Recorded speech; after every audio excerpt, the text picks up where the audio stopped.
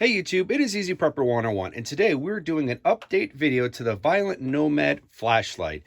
I've now had this for a few months. I've used it a lot, been doing it through tests, using it outside, seeing some of the pros and cons to it. And right now, to me, it's still as advertised. I love this flashlight. This is by the side of my bed. I also have it in my EDC bag, which I'll kind of pull out here in a second. But I use this flashlight. I haven't had any problems. Like, I went almost 2 months without really charging it, and I kind of really didn't have any issues. The only issues I did kind of have that I've kind of noticed is after like the 2 months, when you're using the strobe effect, it's not as potent like you normally would, like if it's like brand new, if you just charged it. But that's what happens when you have like brand new batteries, or in this case, it's fully charged. But don't get me wrong, it still flashes and it will still do the job. So it's one of those things where then what I ended up doing was I ended up waiting 6 weeks to see what was the effect of it being from the 6 weeks versus, going almost, I went 2 months.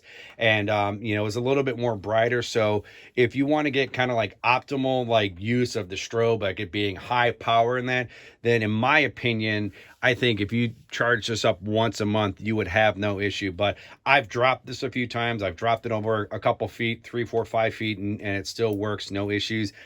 I've actually used this to actually charge my cell phone one time and worked great, and just put it back on the charger to charge the flashlight up. But I really love this flashlight. It's a great flashlight to have in your EDC bag with the multiple functions that you can do. But so for me, what I definitely would recommend, if you want to kind of keep it at that fully charged, ready to go, about the month mark, I would definitely do that. So what I ended up doing for the flashlight, because this is my EDC bag that I carry around the house when I get home. This is a spot I've been putting the flashlight, and I kind of like where it is because then it gives me easy access to pull it out, and if I needed to use it, I can.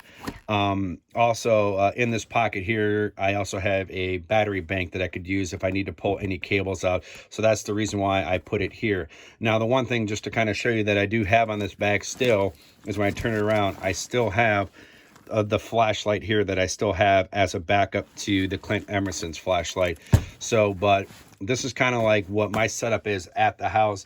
If you want to see what I kind of have in this bag, I'll put a link in the description so you can watch that video. I'm actually going to be doing an update video of what things I've changed with this in the future. So, but the main part is this is where I keep the Clint Emerson flashlight. So pretty much when I go to bed, I just pull this right out, stick it on my end table, and then when it comes time for me, when I get home from work and that, I just grab it, throw it right in the spot, and it's ready to go. But all in all, this flashlight is definitely worth its weight in gold. Even like when I first got it and was testing it out, I was very impressed with it. And now using this for a few months now, I really enjoy this flashlight. So if you haven't, definitely go to Clint's website, go purchase one.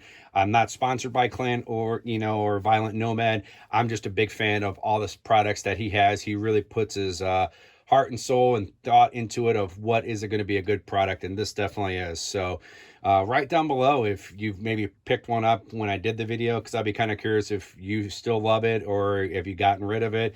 For me, as you can see, I still have it. But write in that comment section below, and if you can, hit the thumbs up, and if you haven't, please hit the subscribe button. Thank you guys so much, and we will catch you guys down the road.